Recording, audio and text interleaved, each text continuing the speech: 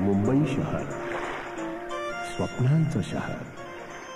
इथे प्रत्येक दिवशी दूर दूरवरून कित्येक लोक आपलं नशीब उजळवण्यासाठी येतात.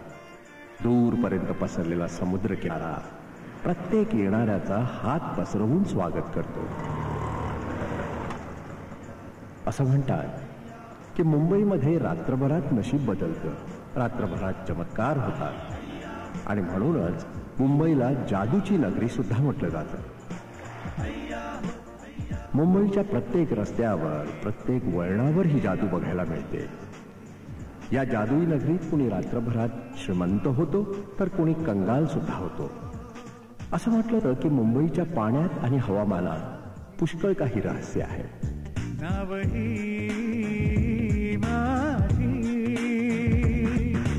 वल्लवर माझी र माझी नावही माझी. मोठ्या मोठ्या लाटा वाऱ्याचा ताठा तुफान ढलते रे नावही माझी. वल्लवर माझी र माझी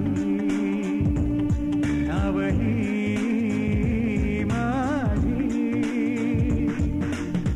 मोठ्या लाटा वाऱ्याचा ताठा तुफान ढलते नावही माझी. असं म्हणतात की एकदा एखाद्या व्यक्तीला इतकं पाणी आणि हवा लागली की तो या नगरीला कधीही विसरू शकत नाही. हिच्याशी असलेलं नातं तो तोडूच शकत नाही. म्हणूनच या मुंबईला लोभांची नगरी सुद्धा म्हटलं जातं. इथल्या मोठमोठ्याल्या इमारती या शहराचं ताज म्हणजेच मुकुट आहे.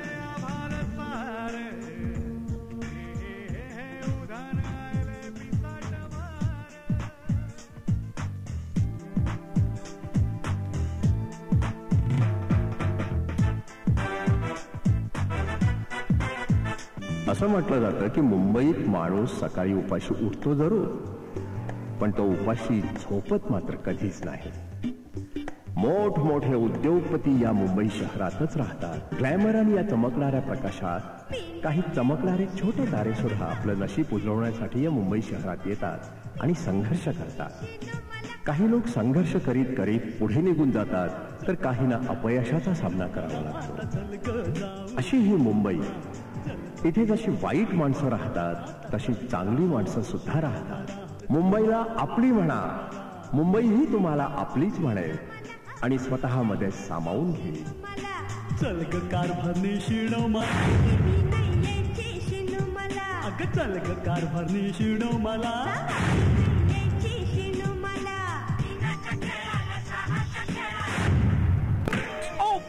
मोठ्या बापाचा लेबल लावून कोणत्याही पोरीवर अन्याय करशील का तू? बोल. नाही साहेब, आम्ही कुणावरही अत्याचार केलेला नाहीये. तर काय अत्याचार तुझ्या बापाने केला?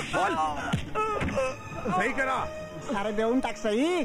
पण साहेब हे तरी सांगा की इथे काय लिहिलंय? या तुमच्या काळ्या कर्तृत्वांची कहाणी लिहिलेली आहे. हा जो तुम्ही अन्याय केलेला ना त्याचा इतिहास लिहिलाय. तुझ्यात करतो साहेब. तिरपुडे सर, यांचे हात सोडून द्या आणि यांच्या सह्या घेऊन फाईल मध्ये लावून द्या. तुम्ही माझ्याकडे मोठ्या आशेने आलात हे बरोबर आहे, परंतु सिद्धार्थ साहेब ही केस पूर्णपणे तुमच्या मुलाच्या विरुद्ध जाते. यातून कुठलाच मार्ग निघताना मला दिसत नाही. वकील साहेब, काहीतरी मार्ग काढा, नाहीतर माझा निर्दोष मुलगा फुकटचा याच्यात फसेल. आपण कसं म्हणू शकता की तुमचा मुलगा निर्दोष आहे? सिद्धार्थ साहेब, जिथे आग असते तिथेच धूर निघत असतो. जर तुम्ही मानत असाल की तुमचा बेटा निर्दोष आहे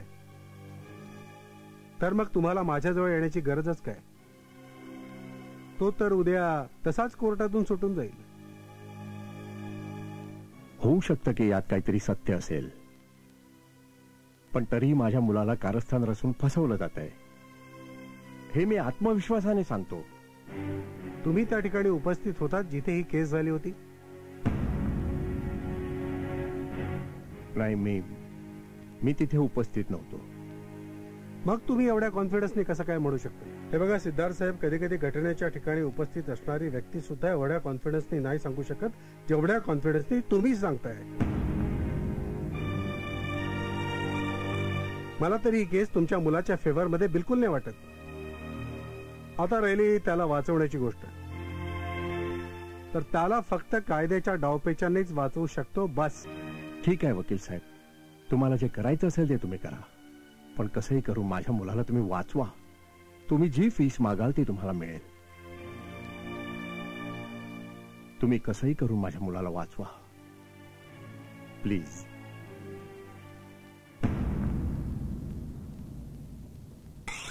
अरे खा, 3 दिवस झाले तुम्ही लोकांनी आमच्या महाराजशिवाय आणखी काही खाल्लेलं नाहीये. अरे खा ना. पाहिलं, 2 पल की मजा सारी जिंदगी की सजा. आम्ही हे अन्न नाही खाणार. बिर्याणी मागवू, पिझ्झा मागवू. हा, साहेबांना सांगून या दोघांसाठी 5 स्टार हॉटेल मधून जेवण मागवतो. चला.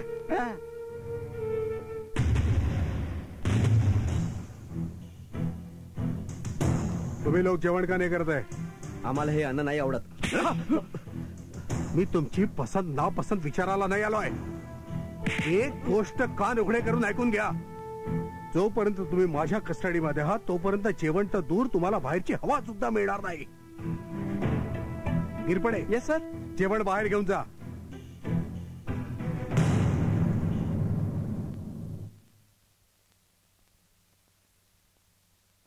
सिद्धार्थ, ड्रिंक घेणार? नाही यार. हे बघ भंडारी, मी तुझ्याजवळ करणविषयी बोलायला आलोय. हे बघ सिद्धार्थ, करण तुझाच नाही तर माझाही मुलगा आहे. करणच्या फसण्यावर जेवढं दुःख तुला आहे तेवढंच मला सुद्धा आहे. पण वाईट याचंच वाटतं की तुझ्या मुलानं अत्याचार केलेला आहे, आणि तो पण माझ्या डिस्कोमध्ये. आणि बॅडलक हे आहे की नेमका मी त्या दिवशी खंडाळ्याला गेलो होतो. जर मी इथे असतो ना तर ही आफत कधीच आली नसती. मी सगळी केस कधीच उलटवली असती. पण आता काय होऊ शकतं भंडारी? हे बघ सिद्धार्थ, तू माझा मित्र आहेस. तू जे म्हणशील ते मी करायला तयार आहे. पण या केसमध्ये मी तुझी काहीही मदत करू शकत नाही. कारण आज प्रत्येक पेपरच्या हेडलाईन मध्ये तुझ्याच मुलाचं नाव दिसतंय. अरे हे कांड करण्यापूर्वी त्यानं हाही विचार केला नाही की त्याच्या अंकलचा डिस्को आहे, बदनाम होतील ते. मला माहित नाहीये, पण मला समजतच नाहीये भंडारी, समजतच नाहीये की करण असा वागू तरी कसा शकतो. हे बघ सिद्धार्थ, तू जरा शांतपणे विचार कर. आजकालच्या मुलांची गॅरंटी देव सुद्धा देऊ शकत नाही. मग आपण तर माणसं आहोत. असंही असेल, गरम रक्त आहे, तारुण्याच्या जोशात बिघडला असेल तो. पण आता मी करू तरी काय? आता तू काही करू नकोस. सगळं काही देवावरती सोड.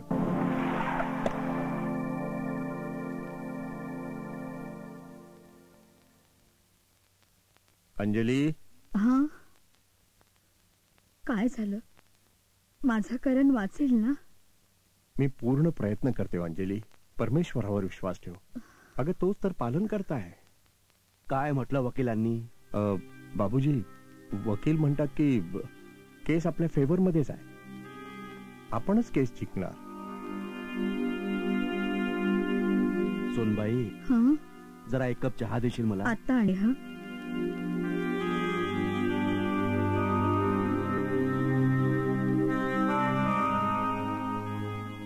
खोटं बोलून कोणाला धोका देतोयस? स्वतःला, सुनेला की मला? हे बघ सिद्धार्थ, लहानपणापासून मी तुला चांगलं ओळखत आलोय. खोटं बोलून फक्त मनातलं ओझं कमी करता येतं. खरं तर हे आहे की करण पूर्णपणे फसलेला आहे आणि तू त्याला वाचवू शकत नाही. घाबरू नकोस बेटा, परमेश्वर चांगलंच करेल, चांगलंच करेल. काय हो, काय झालं? तुम्ही लोक माझ्यापासून काहीतरी लपवत आहात. माझा करण सुटेल ना? हो सुनबाई, आपला करण सुटेल. त्याला तर काही कारणास्तव फसविले जात आहे. तू काळजी करू नको. साहेब, जेवण थंड होत आहे. हो तू जा, मी येतोच. हा अंजली, थोडं खाऊन घे. सकाळपासून तू काहीच खाल्लं नाहीये. मला भूक नाहीये. तू उपाशी राहिल्याने करण परत थोडाच येणार आहे. मी प्रयत्न करतोय ना. आता तू जरी जगातील सर्वात मोठा वकील करशील किंवा तू परमेश्वराला जरी बोलावशील तरी काही होणार नाही. मला माहितीये याला कारणीभूत आम्ही दोघं आहोत. पण तुम्ही तर सगळं जग बघितलंय. आता तुम्हीच काहीतरी मार्ग काढा. मला काही मार्ग दिसत नाहीये. मी अजय आणि करणचा वकील आहे. मी त्यांना भेटू इच्छितो.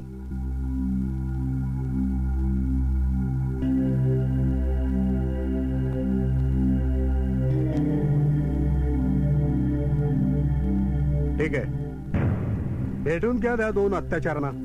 इन्स्पेक्टर साहेब, जोपर्यंत त्याचा गुन्हा सिद्ध होत नाही तोपर्यंत तुम्ही नावाने बोलवाल तर जास्त चांगलं होईल. ठीक आहे बाबा, भेटून घ्या त्या दोन्ही शरीफ जाद्यांना.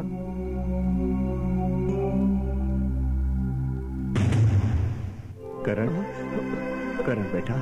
डॅडी, डोंट वरी, सगळं ठीक होईल. हा तुम्ही एक गोष्ट लक्षात ठेवा, कोर्टात तुम्हाला किती प्रेशराईज केलं तरी तुम्ही हे कबूल करू नका की तुम्ही अन्याय केलाय म्हणून. पण आम्ही खरंच अत्याचार केलेला नाहीये. आम्हाला फसवलं गेलंय. ते मी सिद्ध करीन. चला. डॅडी,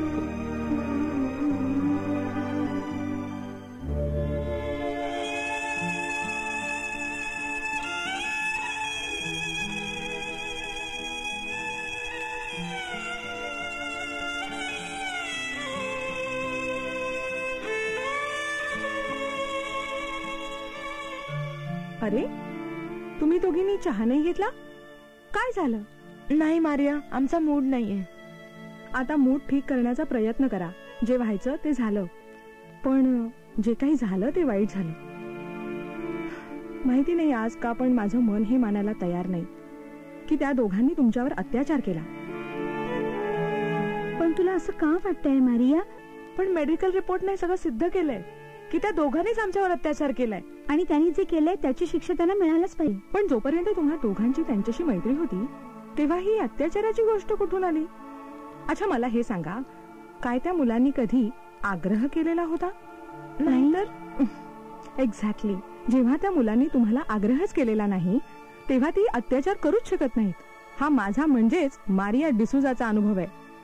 एनिवे, आता तर केस कोर्टात गेलेली आहे. आता कोर्ट काय निर्णय घेणार हे थोड्याच दिवसात समोर येईल. Relax, okay?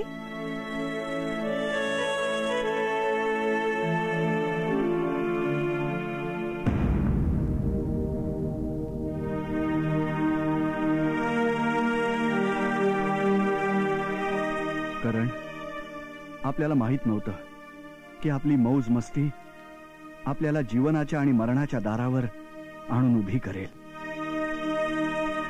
कोणती वेळ कोणती बातमी घेऊन येईल कुणाला काय माहित. मला तर येणाऱ्या प्रत्येक विचाराने नुसती भीतीच वाटते. माहित नाही येणारी वेळ कोणती बातमी घेऊन येईल. दुःख तर या गोष्टीचं आहे करण की आपण जो गुन्हा केलेलाच नाहीये त्याच गुन्ह्याची शिक्षा आपल्याला मिळतेय. तू खरं बोलतोय अजय. काय गुटरगु चाललंय? आज आम्ही तुमची वरात काढणार आहोत. कोर्टात तुमची पेशी आहे. मग 7 वर्षांपर्यंत तुरुंगात डिस्को करत राहा.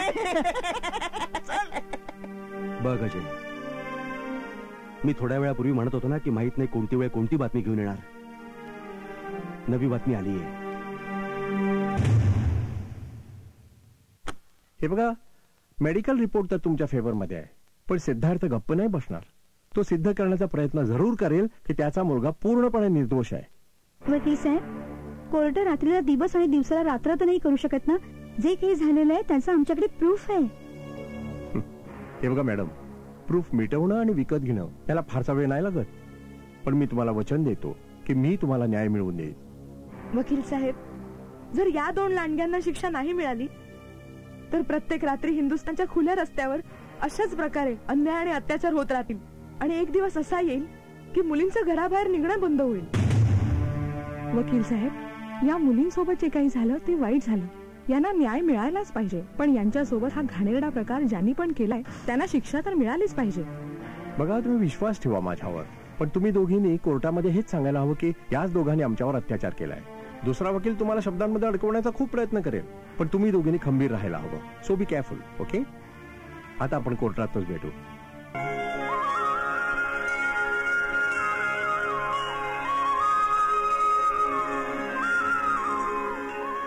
अखेर आज तुझे डोळे उघडलेच, पण तू भगवंताच्या दरबारात मंदिरात यायला उशीर केलायस. तरी पण भगवंताचं हृदय मोठं आहे, होऊ शकतं आज तो तुझा आवाज ऐकेलच. खरं म्हणताय तुम्ही. इथे न्याय मिळतो असं ऐकलं होतं, म्हणूनच आज मी इथे न्याय मागण्यासाठी आले आहे. हो, तुला जरूर न्याय मिळेल.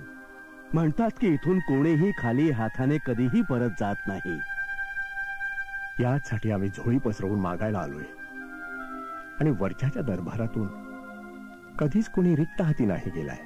या चला, आपण सर्व मिळून करणच्या मुक्ततेसाठी प्रार्थना करूया.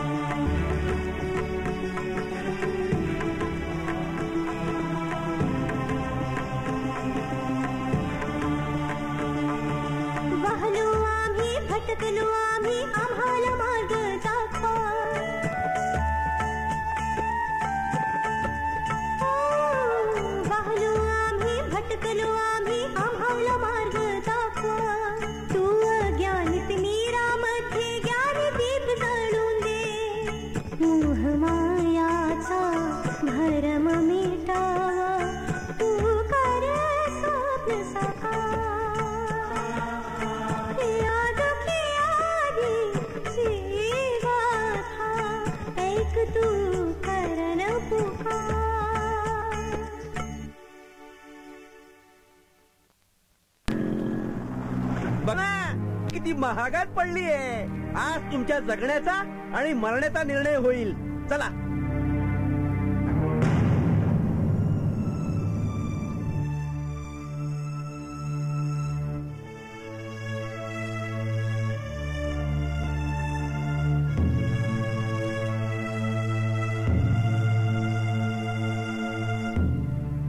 न्यायालयाची कारवाई सुरू करण्यात यावी. अजय आणि करणने न्यायालयात हजर व्हावे.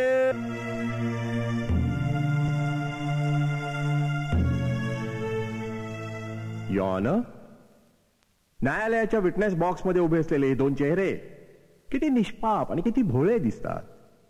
पण तुम्ही जर या दोघांच्या चेहऱ्यांच्या मागं जाऊन बघाल तर तुम्हाला असा एक घाणेरडा आणि वासनेनं बरबटलेला चेहरा दिसेल जो कधीही कुठेही कुठल्याही मुलीवर अत्याचार करू शकतो.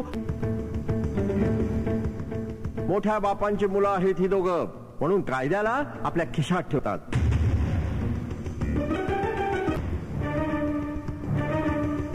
यॉन, मला धाडसाबद्दल दाद द्यावीशी वाटते. माझ्या क्लायंट्स ज्यांनी आपल्या अब्रूची पर्वा केल्याशिवाय आपला मान सन्मान डावावर लावून या दोघांच्या विरुद्ध आवाज उठवला आणि यांना आरोपीच्या पिंजऱ्यात आणून आज उभं केलं.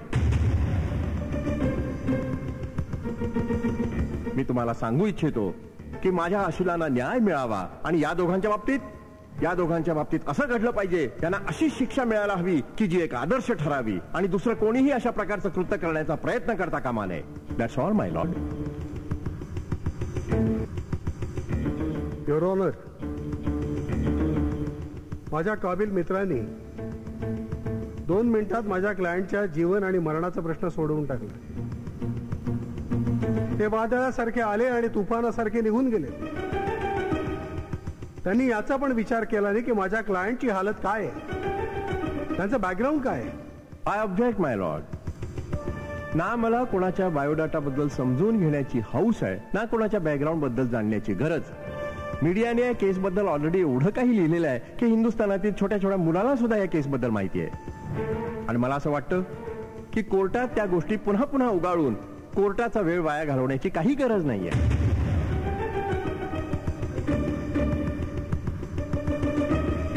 न्यायालयाचा वेळ वाया जाऊ नये म्हणून माझ्या काबिल मित्रांनी 2 मिनिटात माझ्या क्लायंटच्या जीवन आणि मरणाचा निर्णय घेऊन टाकला. आता राहिली मीडियाची गोष्ट. तर मीडिया तर प्रत्येक ठिकाणी आपला हस्तक्षेप करत आलाय. हिंदुस्थानात 2 वर्षाच्या मुलीवर अन्याय होतो ते तिचा फोटो फ्रंट पेजवर छापला जातो आणि स्वतःचे खिसे भरले जातात. पण ज्या माणसाने तो अन्याय केलेला आहे त्या माणसाचं कुठे नामो निशाण सुद्धा येत नाही. युअर ऑनर, मी रिम्मी आणि रिया दोघींनाही न्यायालयात बोलवण्याची परवानगी मागतो. परमिशन आहे.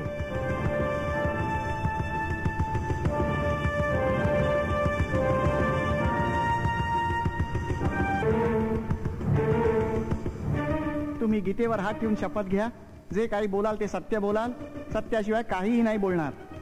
आम्ही जे काही बोलू ते खरं बोलू आणि त्याशिवाय काही नाही बोलणार.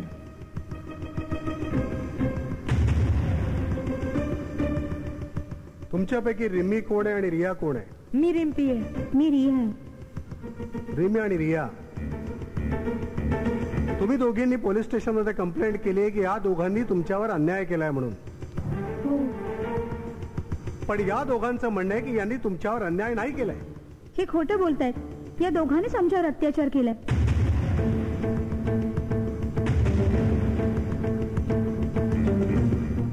तुम्ही दोघी या दोघांना केव्हापासून ओळखता? बस काही दिवसांपासून.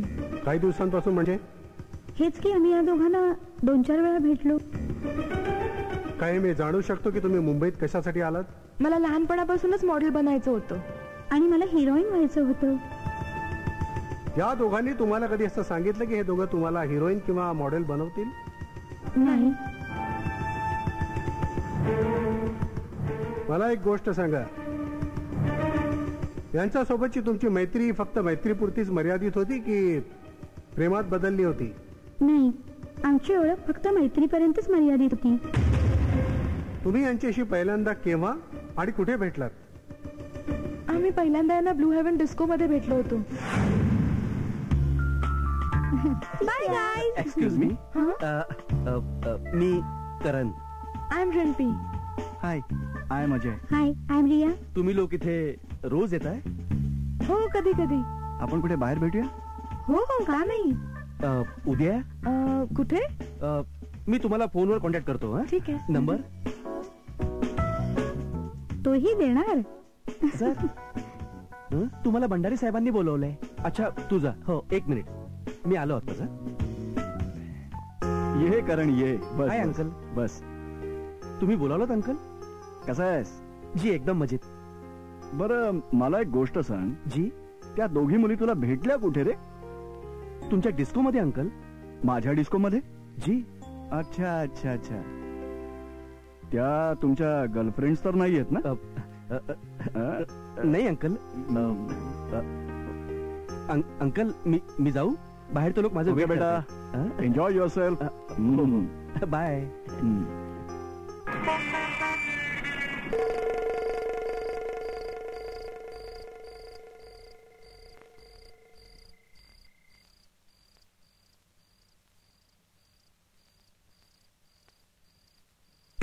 काय मी विचारू शकतो साहेबजादा, एवढ्या उशिरा रात्री कुठून येऊन राहिलात?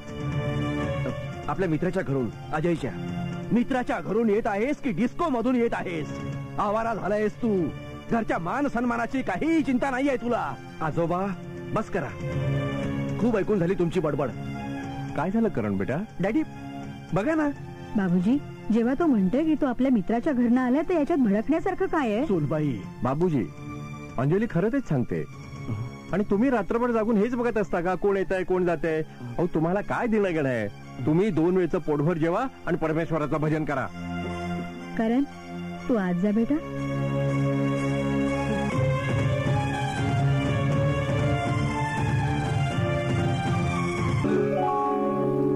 एक बारा जा जा जा जा जा, एक बारा जा जा. हाय डॅड. Hi mom. डॅड, 10,000 रुपये पाहिजेत मला. पण बेटा, तू कालच नेलेस ना? डॅडी, ते मित्रांसोबत मी बाहेर चाललोय ना. घेऊन गेला तर काय झालं? आपला एकच तर मुलगा आहे. आई. हे सगळं काही याचंच तर आहे. अगं, मी कधी नाही म्हटलंय की याचं नाहीये. बरं, जाऊ दे. चल, हे घे. खुश? Thank you daddy. बरं, चल, मी निघतो. ओके.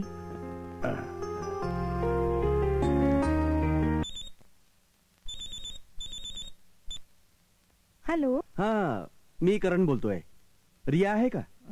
रिया तर बाथरूम मध्ये. कोणाचा फोन आहे? करणचा फोन आहे. त्याला तुझ्याशी बोलायचं. Hi Karan, how are you? I am fine. काय प्रोग्राम आहे आजचा? तू बोल.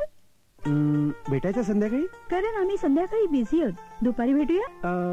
ठीक आहे, चला दुपारीच भेटूया. Okay okay. बाय करण. खरं बोलतेस अजय, आय लव्ह यू.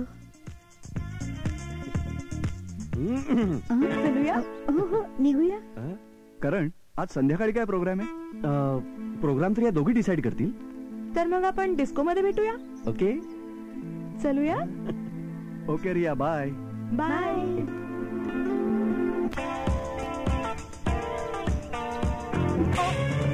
या घराच्या परंपरेचा नाश करतो आहेस तू. अरे, तू जन्मताच का नाही मेलास? या कुटुंबाच्या नावावर तू एक घाणेरडा डाग आहेस. डाग. आजोबा, याच्या अगोदर की माझं डोकं खराब होईल, तुम्ही आपलं तोंड बंद करा.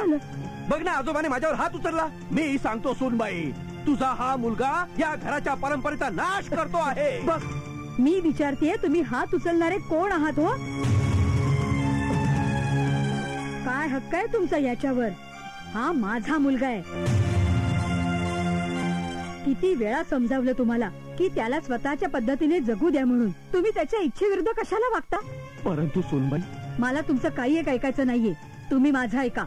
जर तुम्हाला या घरात राहायचं असेल तर माझ्या पद्धतीने राहावं लागेल, नाहीतर पनवेलचा बंगला रिकामा आहे, तिथे जाऊन राहा. ठीक आहे सोनबाई, जर तुम्ही सर्वांनी निर्णय घेतलेलाच आहे या घराच्या परंपरेचा नाश करण्याचा, मी हे सगळं होताना नाही बघू शकत. ठीक आहे, मीच निघून जातो. आई. या राजे, जास्त फुटेज खाण्याची काही गरज नाहीये. अरे काय यार, एवढी काय घाई आहे तुला? अरे यार, काही घाई होणार नाही यार. या सगळ्या मुलींचा काही भरोसा नसतो. आता आपलं काम काढण्यासाठी माहिती नाही या कुणाकुणाला बेवकूफ बनवत राहतात. मग आपण पण आपलं काम काढून घेऊया ना. तू बरोबर बोलतोयस यार. पण काय यार, हा आहे ना आपल्याकडे फॉर्म्युला नंबर 420. एक गोळी 12 तासाची सुट्टी.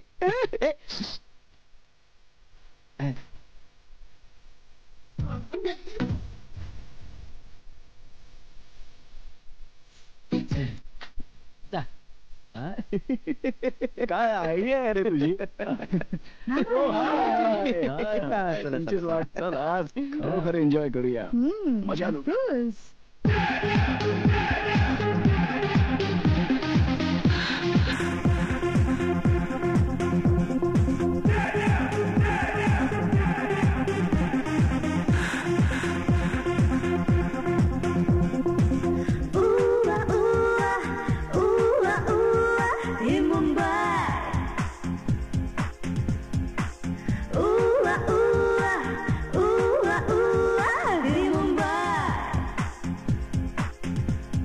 झगमगते हे मुंबई, बघा हे मुंबई, दुसरे ह्याच्यासाठी तर नाही, हे आहे मुंबई.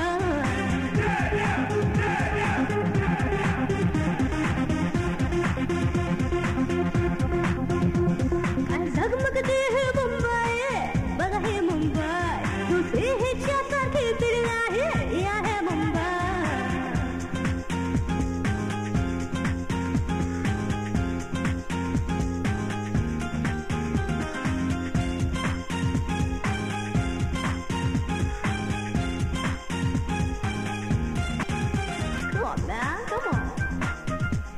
तुझी माझ्याकडे प्रिय करा, तुला दाखवीन मी ही दुनिया.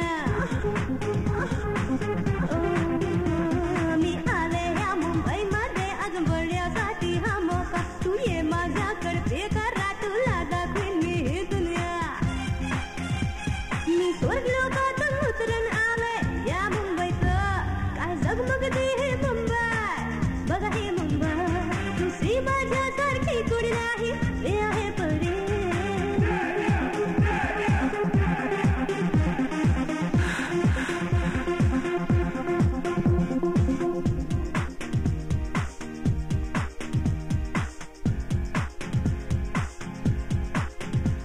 डोळ्यामध्ये भरणारा मी, ओठावरती असणारा मी, येईल समोर मी जेव्हा हो सुटतील तेव्हा तुझे. डोळ्यामध्ये भरणारा मी, ओठावरती असणारा मी, येईल समोर मी जेव्हा हो सुटतील तेव्हा तुझे.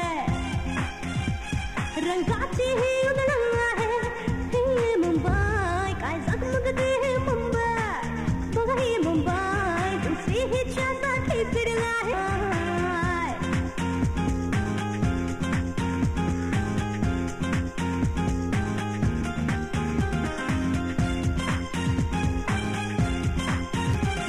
या मुंबईमध्ये उतरले मी लोकाच्या थोडी घाम जमा. मी दिसतात शर्वाटे त्यांना झाले माझे लाख दिवाने. या मुंबईमध्ये उतरले मी लोकाच्या थोडी घाम जमा. मी दिसतात शर्वाटे त्यांना झाले माझे लाख दिवाने. ही साते गांजा संग आहे हे मुंबई, मी स्वर्गातून उतरून आली या मुंबईचं, ही मुंबई, बघा ही मुंबई.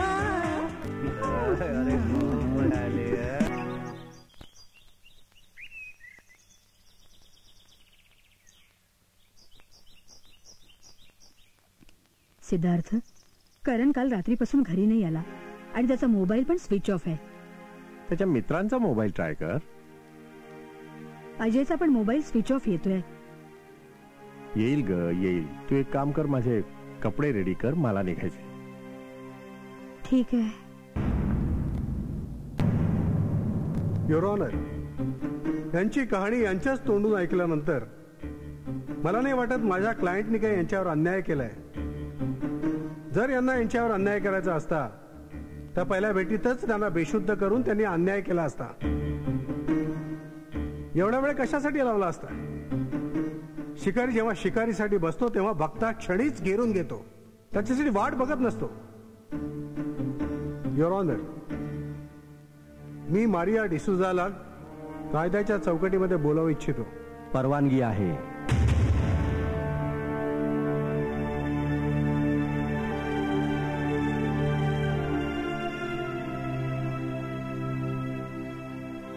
तुम्ही या गीतेवर हात ठेवून शपथ घ्या. जे काही बोलाल ते सत्यच बोलाल, सत्याशिवाय काहीही बोलणार नाही. मी जे काही बोलेन ते खरंच बोलेन, खोटं बोलणार नाही. मॅडम, या दोघी तुमच्या घरी किती दिवसापासून राहतात? हेच काही 2-3 महिन्यांपासून. या जेव्हा सकाळी स्ट्रगल साठी बाहेर पडतात तेव्हा परत केव्हा येतात? कधी 12 वाजता, कधी 1 वाजता, तर कधी येत पण नाही. कधी येत पण नाहीत. हा मुद्दा नोट करून घ्यावा युअर ऑनर. मी मानतो की फिल्म इंडस्ट्रीमध्ये वेळेची काही मर्यादा नसते, परंतु एक स्ट्रगलर रात्री किती वाजेपर्यंत स्ट्रगल करतो? तुम्ही जाऊ शकता मॅडम. थँक्यू. मेलॉर्ड, मला असं वाटतं की माझे विद्वान मित्र या केसला पुष्कळ वेळेपासून गुंतवण्याचा प्रयत्न करीत आहेत, कारण ना यांच्याकडे कोणी साक्षीदार किंवा ठोस असा पुरावा, तरी पण डीएनए रिपोर्टमध्ये स्पष्टपणे सिद्ध झालेला आहे की या दोघांनी नशेच्या धुंदीमध्ये या दोघींवर अत्याचार केलाय. डीएनए रिपोर्ट बदलला जाऊ शकते मिलॉर्ड. मी त्या डॉक्टरला न्यायालयात बोलवू इच्छितो ज्यांनी अजय आणि करणची रिपोर्ट बनवली. न्यायालय डॉक्टर मेहराला बोलवण्याची मंजुरी देत आहे आणि टाइम ओव्हर झाल्यामुळे उद्यापर्यंत कोर्ट स्थगित केलं जात आहे.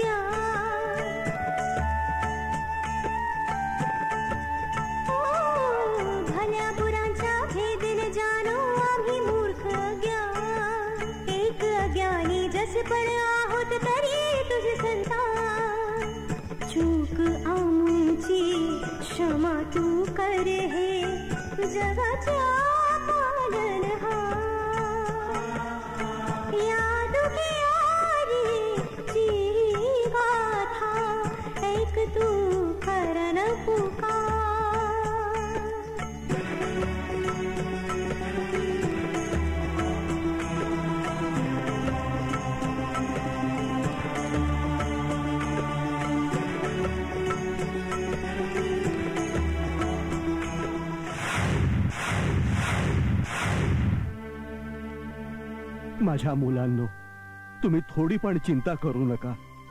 तो जो पालन करता आहे ना परमेश्वर, त्याच्या घरी सगळे एक समान आहेत. माझ्या मुलांनो, तुम्हाला न्याय नक्की मिळेल. आजोबा, आम्हाला दुःख या गोष्टीचं आहे की याची शिक्षा आम्हाला मिळत आहे. तो गुन्हा आम्ही केलेलाच नाही. पण आजोबा, आज आम्हाला आपल्या चुकीचा पश्चाताप होतोय.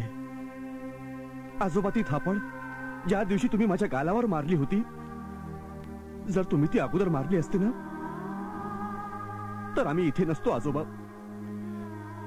चूक तर झाली आजोबा, पण ज्या चुकीची आम्हाला शिक्षा मिळत आहे ती आम्ही केलीच नाहीये. जर मुलांनो तुम्ही खरंच निर्दोष असाल तर तुम्हाला न्याय नक्की मिळेल, नक्की मिळेल.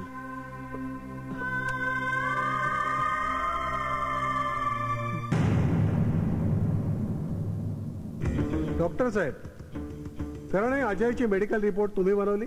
हो. मेडिकल रिपोर्ट बदलवण्याचे तुम्ही किती पैसे घेतलेत? हे काय बडबड करता आहात तुम्ही? जज साहेब, मी एक जबाबदार डॉक्टर आहे. जिम्मेदार सगळेच डॉक्टर असतात. आपण मेडिकल रिपोर्ट बदलवण्याचे किती पैसे घेतलेत? खोटं आहे, हे खोटं आहे. जज साहेब, जज साहेब, मी एक जबाबदार डॉक्टर आहे आणि हे वकील साहेब सगळ्यांसमोर माझ्यावर चिखल उडवण्याचा प्रयत्न करीत आहेत. युअर ऑनर, ही आहे ती रिपोर्ट जी शहरातले सगळ्यात मोठे डॉक्टर मित्तलने बनवली आहे. या रिपोर्ट वरून कुठेच सिद्ध होत नाही की रिम्मी आणि रियावर अन्याय अजय आणि करणनी केलाय म्हणून. या दोन्ही रिपोर्ट मध्ये जमीन आणि आसमानाचा फरक आहे साहेब. ही रिपोर्ट शहरातल्या सगळ्यात मोठ्या डॉक्टर मित्तलची आहे, त्यामुळे यात संशय घेण्यासारखं काहीही नाहीये. त्यामुळे हे न्यायालय करण आणि अजयला जामिनीवर सोडत आहे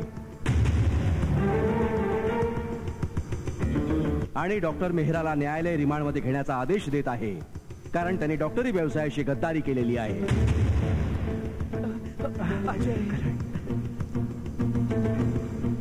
जज साहेब, मी निर्दोष आहे, मी निर्दोष आहे, मी निर्दोष आहे.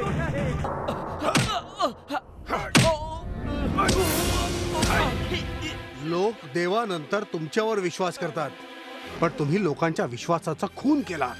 खरं खरं सांग, सांग खरं खरं, कोणाच्या मंड्यावरून तू रिपोर्ट बदललास?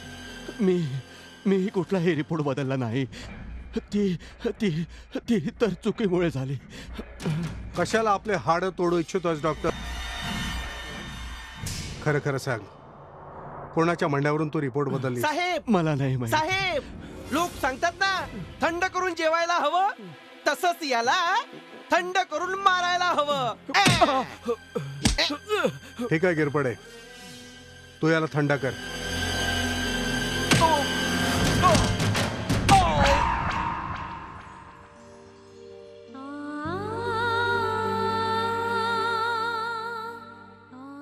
काय विचार केलाय तुम्ही? आता तर या चित्रपट नगरीचे दरवाजे सुद्धा तुमच्यासाठी बंद झालेत. सगळीकडे किती बोंबाबोंब झालेली आहे. कोणीही प्रोड्युसर तुम्हाला आपल्या सिनेमात घेण्याची चूक नाही करणार. पण मारिया, आमची चूक काय? आमच्या बरोबर तर वाईट झालं ना, तर या मी गप्प का बसायचं? आणि मारिया, जर का आज आम्ही गप्प बसलो तर माहिती नाही उद्या कितीतरी स्ट्रगलर मुली आमच्यासारख्या अत्याचाराच्या शिकार होतील. आणि हो, त्यासाठी करण आणि अजयला आमच्यामुळे जो त्रास झालाय त्याचं आम्हाला खूप दुःख आहे. त्यामुळे त्यांची माफी मागूया. या राजे, बघितलं तर यात रिया आणि रिम्पीचा काहीही दोष नाहीये. शेवटी सारख्या रात्री सारख्या वेळेवर त्यांच्या बरोबर अत्याचार तर झालाय. तू बरोबर बोलतोयस करण, पण माझ्या लक्षात अजून एक गोष्ट येत नाहीये. ती काय? की जेव्हा आपण हा प्लान बनवला होता की त्या मुलींच्या पेयांमध्ये गुंगीचं औषध आपण टाकणार, तर यार आपल्या पेयांमध्ये गुंगीचं औषध कोणी टाकलं असेल? सिद्धार्थ, मला खूप आनंद झाला की तुझा मुलगा करण वाचला. भंडारी, करण आणि अजयला तर मी वाचवलं, पण आतापर्यंत मला एक गोष्ट समजली नाहीये की तुझ्या डिस्कोमध्ये अशी कृती कोण करू शकतो? सिद्धार्थ, कृती कोणीही केलेली असू दे, माझा डिस्को बंद होण्याच्या मार्ग आहे आता. भंडारी भंडारी, अरे शांत राहा. थोड्या दिवसातच सगळं ठीक होईल आणि हे पण माहीत होईल की या कांडामध्ये कोणाचा हात आहे. कारण ज्या डॉक्टरने मेडिकल रिपोर्ट तयार केला होता तो पोलीस रिमांडमध्ये आलेला आहे. जस जसा तो तोंड उघडेल सत्य आपोआपच बाहेर येईल.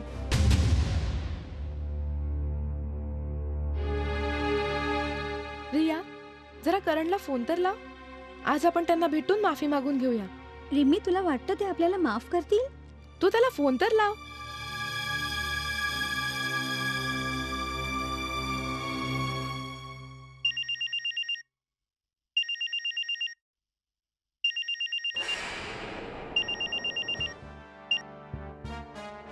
हॅलो.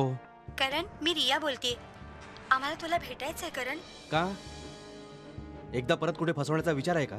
करण, एकदा, फक्त एकदाच तुला भेटायचंय. त्याच्यानंतर तुला जो निर्णय घ्यायचा आहे तो घे. आणि आम्हाला माहितीये तू आमच्यावर नाराज आहेस आणि तुझं बरोबर पण आहे रे. पण एकदा, फक्त एकदा आम्हाला भेट आणि त्यानंतर तू जो काही निर्णय घेशील तो आम्हाला मान्य असेल. प्लीज, उद्या हॉटेलमध्ये आम्ही तुझी वाट बघतोय. नमस्कार करतो आजोबा. सुखी राहा. Good morning daddy. Good morning. Hi. Karan बेटा, जी. असं कोणतंही काम करू नकोस ज्यानं आपलं कुटुंब बदनाम होईल. जी आजोबा. तुझे आजोबा अगदी बरोबर सांगतायत करण. कारण तू अडचणीतून आत्ताच सुटलायस. आणि आता तुझ्या मित्रांना भेटणं कमी कर जरा. आई, चलतो मी आता. बरंच काम आहे. बर. ओके आजोबा. रिम्मी, मला तर भीती वाटते. कदाचित ती दोघं आतापर्यंत नाराज असतील. माहिती नाही भेटायला येणार की नाही. सांगा, का बोलवलं? करण, काय तू अजून आमच्यावर रागवलायस? वर्तमानपत्रात आमची छायाचित्र दिलीस आणि बोलतेस की रागवतोस कशाला? ज्या रस्त्यावरून आम्ही जातो ना तिथे आमची मान खाली होत असते. यात कुणाचा तरी हात आहे करण. जर हात आहे ना तर एक ना एक दिवस समोर येईलच. पण अजय, जे काही आमच्या बरोबर घडलं ते काही चांगलं नाही घडलं. करण, आता तुला कळलंच असेल ना, तुमची चूक आहे ना आमची चूक आहे. आपण गैरसमजुतीचे शिकारी आहोत. हा, मी समजलो रिम्पी. पण तू इतका उशीर का केलास यायला? तुम्ही जे आमच्या बरोबर केलं ना, आम्हाला त्याचाच राग होता. ठीक आहे, राग आहे तर रागावलेलेच. अगं ऐक तर, रिया, चूक झाली, माफ कर. सॉरी. सॉरी.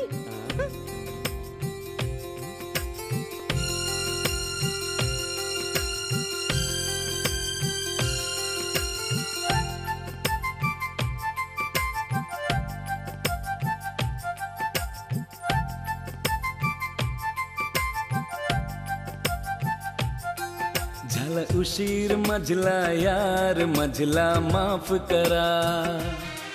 तुला बघावी लागली वाट, मजला माफ करा. झालं उशीर मजला यार, मजला माफ करा. तुला बघावी लागली वाट, मजला माफ करा. या गोष्टी झाल्या बेकार, मजला माफ करा. मला करायचं नाही प्रेम, मजला माफ करा. झाला उशीर मजला यार, मजला माफ करो ना. मला करायचं नाही प्रेम, मजला माफ करा बाबा.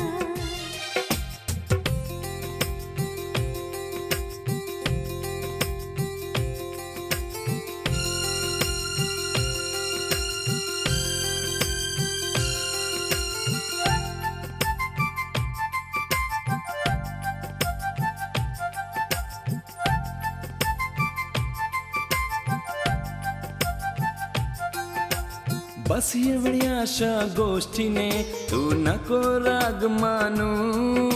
लुटून माझा चैन लुटू नकोस हे हृदया.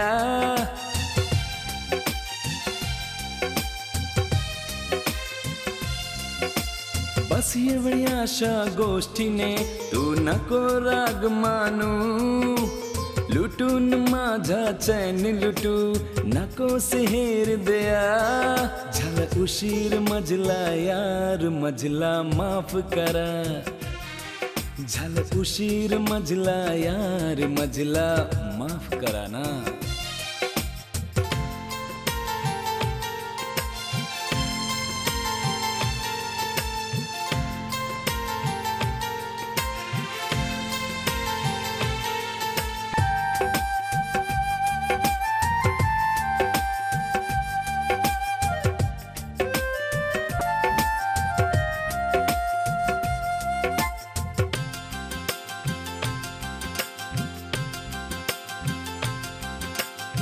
बाहुपशात ये माझ्या हृदयात काळ येऊ दे.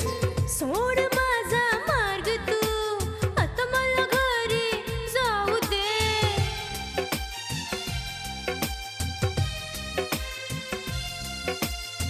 बाहुपशात ये माझ्या हृदयात काळ येऊ दे. सोड माझा मार्ग तू आता मला घरी जाऊ दे. आता सोड तुझी तक्रार मजला माफ केली ना. अच्छा बाबा मी केले कबूल मजला माफ करा. ला ला ला ला ला ला ला ला ला ला ला ला ला ला ला ला ला ला ला. हे बघा मॅडम, माझा गारमेंटचा बिझनेस आहे. मला चांगल्या चांगल्या मॉडेल्स लागतात आणि मी चांगल्या चांगल्या हिरोईनची लाईफ बनवलेली आहे. रवीनाची, करीनाची, करिश्माची, प्रीतीची आणि मी तुमची बनवून टाकील. समजली ना. हे तर सांगा तुमची उंची किती आहे? 5'3". हाय तुम्ही तर बिलकुल फिट आहे. काय गोष्ट आहे. 32 आहे हेच विचारायचं होतं ना तुम्हाला? हाय एकदम सुंदर चेहरा आहे. काम करणार ना सिनेमात? करणार. आता राहिली पैशाची गोष्ट. ती तर कमी जास्त करून टाकू. काळजी करू नका अजिबात. इथे चेक करणार की नाही नाही, आता जाऊन अग्रीमेंट करून टाकू. चिंताच करू नका. चला चला या या या.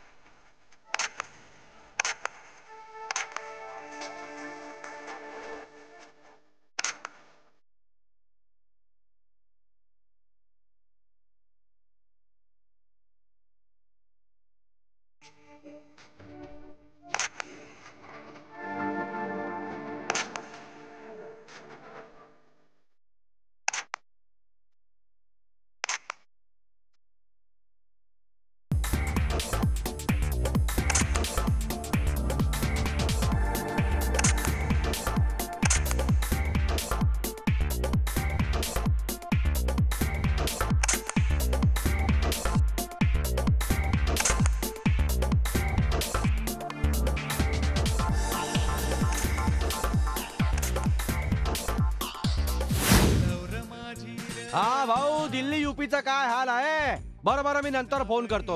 या या मित्रांनो, या या. नमस्कार. कसं येणं केलं? मी विचार करतोय आता जी ब्ल्यू हेवन डिस्को मध्ये केस झालेली आहे, का नाही त्या मुलीला घेऊन एखादी फिल्म बनवायची? अच्छा, टेबलावर फायदा होईल. गोष्ट खरी आहे गुप्ताजी. मुलींशी तुम्ही बोलून तर पहा. काय ती काम करायला तयार आहे? का नाही तयार होणार अरोडा साहेब? शेवटी तिलाही तर तिचं करिअर बनवायचंय. जर का ती काम करायला तयार आहे तर तुम्ही लगेच पिक्चर बनवून घ्या, नाहीतर उशीर होऊन जाईल. बाजारात आणखी 10 चित्रपट येतील. तुम्हाला तर माहिती आहे कॉम्पिटिशनचं जग आहे अरोडा साहेब. मार्केटमध्ये 10 सिनेमे काय 100 सिनेमे सुद्धा येऊ शकतात. पण प्रश्न हा आहे की कोण काय सिनेमा बनवतोय. काय शर्माजी, तुमचं बरोबर आहे वर्माजी. जे दिसायला चांगलं तेच स्पर्धेत पाहिलं. अजून सांगा, काय घेणार, चहा कॉफी? काय झालं पाटील साहेब त्या ब्लू हेवन डिस्कोच्या बाबतीत? आतापर्यंत तर काहीच नाही झालं. जोपर्यंत तो डॉक्टर तोंड उघडत नाही तोपर्यंत काहीच होऊ शकत नाही. सर मला वाटतं या डॉक्टरच्या पाठीशी कोणा मोठ्या बॅकिंग आहे, नाही तर इतका त्रास दिल्यावरती एखादा दगडही तुटू शकेल. तेच तर पाहायचंय. मी त्याला 24 तासाचा वेळ दिलाय. जर 24 तासात मानला तर ठीक आहे, नाहीतर काही दुसरा रस्ता काढावा लागेल. हो. भंडारी साहेब खूप वेळपासून पितात वाटतं. ये डार्लिंग, आपलं तर कामच आहे पिणं आणि पाजणं. पिणं आणि पाजण्याची मजा आहे ती दुसऱ्या कशात कुठे.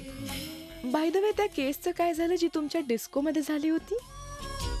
डार्लिंग, केस तर मी थांबवली पण होती, पण ऐनवेळी तो मूर्ख डॉक्टर फसला. नाहीतर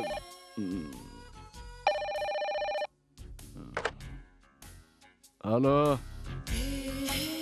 अरे यार बोलत का नाहीये? उगाच डिस्टर्ब करतात. हा, तर तुम्ही सांगत होतात. मी हे सांगत होतो, मी तर त्या केसचे सर्व पुरावे नष्ट केले होते, पण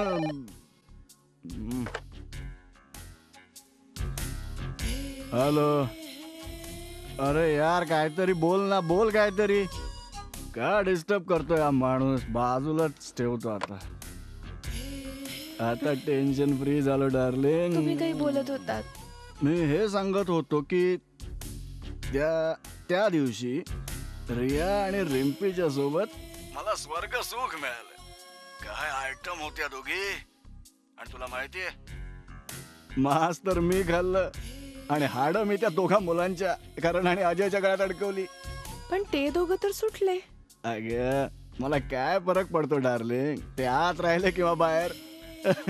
आपण फालतू गोष्टींमध्ये वेळ का बर्बाद करतोय?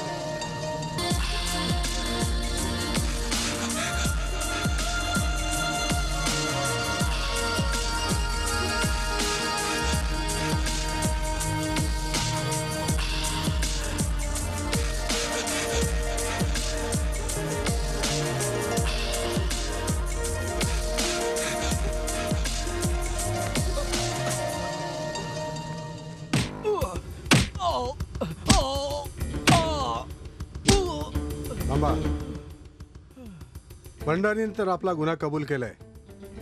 आता तुझं काय होईल? याच्यात लिही की तू भंडारीच्या म्हणण्यानुसार रिपोर्ट बदलवलेस. नाही, मी सही नाही करणार. जर मी सही केली तर भंडारी मला ठार मारणार. आणि तू जर याच्यावर सही केली नाहीस तर मी तुला मारून टाकेन. मी साईन करतो, मी साईन करतो, मी साईन करतो, मी साईन करतो, मी साईन करतो, मी साईन करतो. गिरपडे गाडी काढा. जी.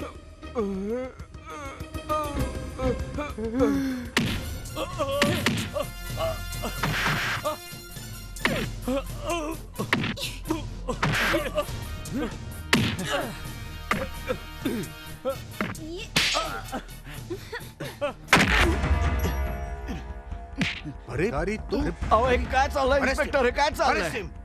अरे पण मी काय केलंय? पोलीस स्टेशनला चल, सगळं काय कळेल तुला. घेऊन जा. सॉरी मुलांनो, तुम्हाला कायद्याचा न्याय जरूर मिळेल. Thank you sir.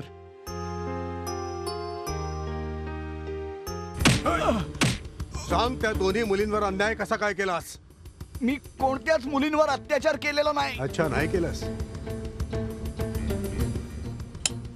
त्या दिवशी रिया आणि रिम्पी सोबत मला स्वर्गसुख मिळालं. काय आयटम आहेत दोघी. आपली आवाज ओळख भंडारी. आता हाच आवाज तुला फाशीच्या तक्त्यावर नेईल. खरं खरं सांग, तू त्याच्यावर अन्याय कसा काय केलास? सांगतो. एके दिवशी त्या मुली जेव्हा माझ्या डिस्को बार मध्ये आल्या, मला खूप आवडल्या. मी त्यांच्याकडे मैत्रीचा हात पुढे केला.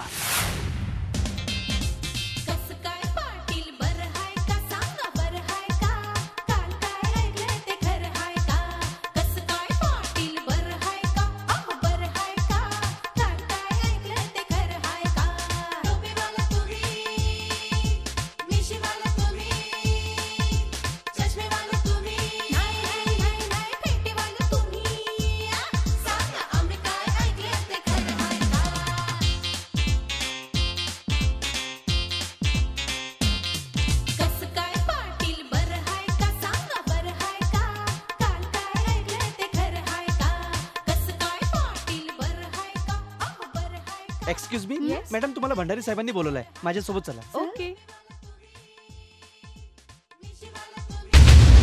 तुम्ही दोघे इथं पहिल्यांदाच आलाय? आम्ही इथे सिनेमात स्ट्रगल करायला आलोय. तुमच्या डिस्कोचं खूप नाव ऐकलं होतं. आम्ही विचार केला जाऊन बघू. व्हेरी गुड, बरं केलं. तुम्ही काही घेणार? No thanks. तसंही तुमचं चित्रपटातलं स्ट्रगल आजपासून बंद. मी स्वतः चित्रपट बनवतोय. Okay, thank you.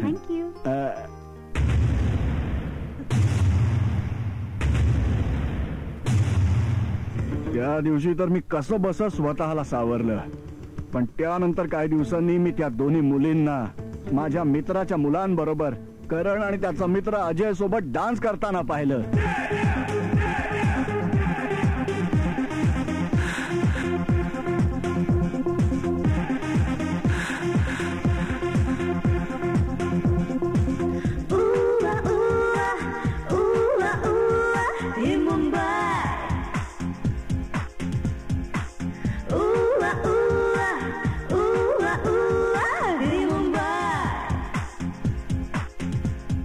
झगमगते हे मुंबई, बघा हे मुंबई, दुसरे ह्याच्यासाठी तर नाही, हे आहे मुंबई.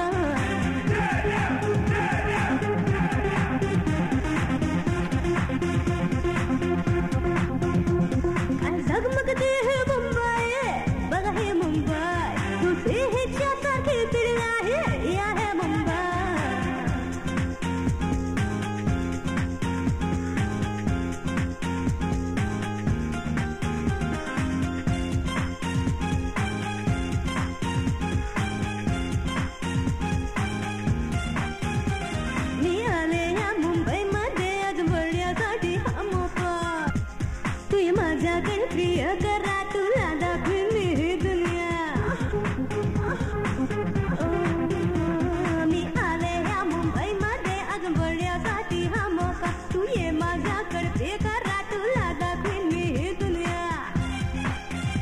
चौघे डिस्कोच्या गेस्ट रूम मध्ये गेले. मध्यरात्री जेव्हा मी त्यांच्या रूम मध्ये गेलो तेव्हा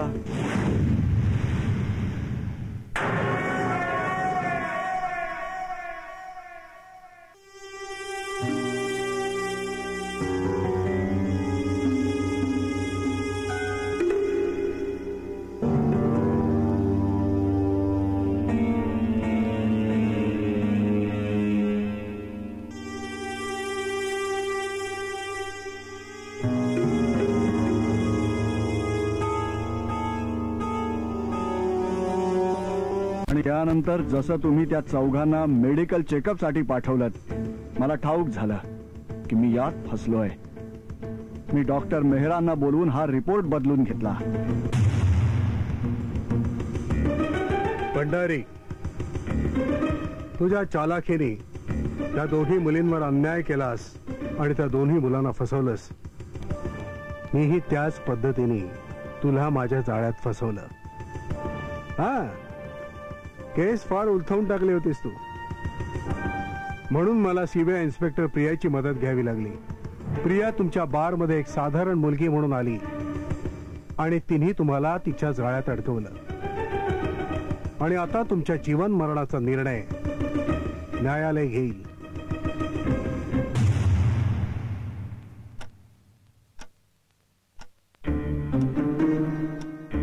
भंडारी, मैत्रीच्या नात्या आडून तू असा पाठीत खंजीर खुपसशील याची मला कल्पना सुद्धा नव्हती. मी तुला नाही सोडणार, मी तुला नाही सोडणार. तुम्ही तिथे बसा.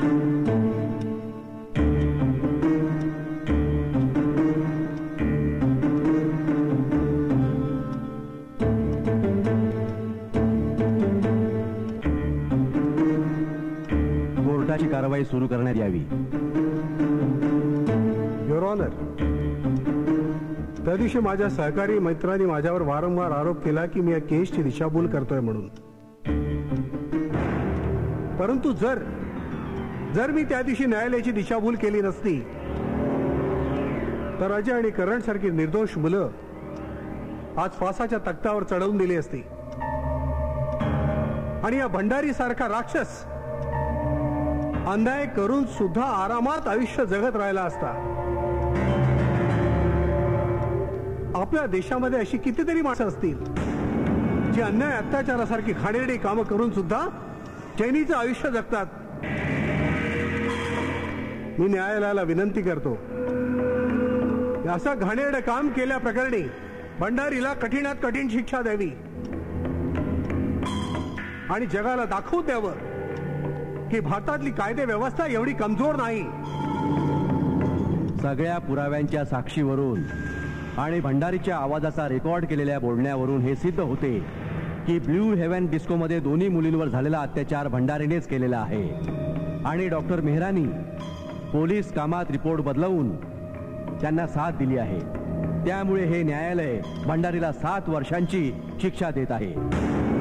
आणि डॉक्टर मेहराला भंडारीची साथ देण्याच्या उद्देशाने 2 वर्षाची शिक्षा देताना त्यांना डॉक्टरी व्यवसायातून हटवित आहेत.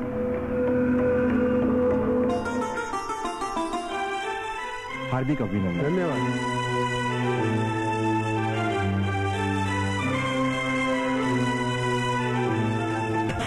उशीर मधला यार मधला माफ करा, तुला बघावी लागली वाट मधला माफ करा. झालं उशीर मधला यार मधला माफ करा, तुला बघावी लागली वाट मधला माफ करा.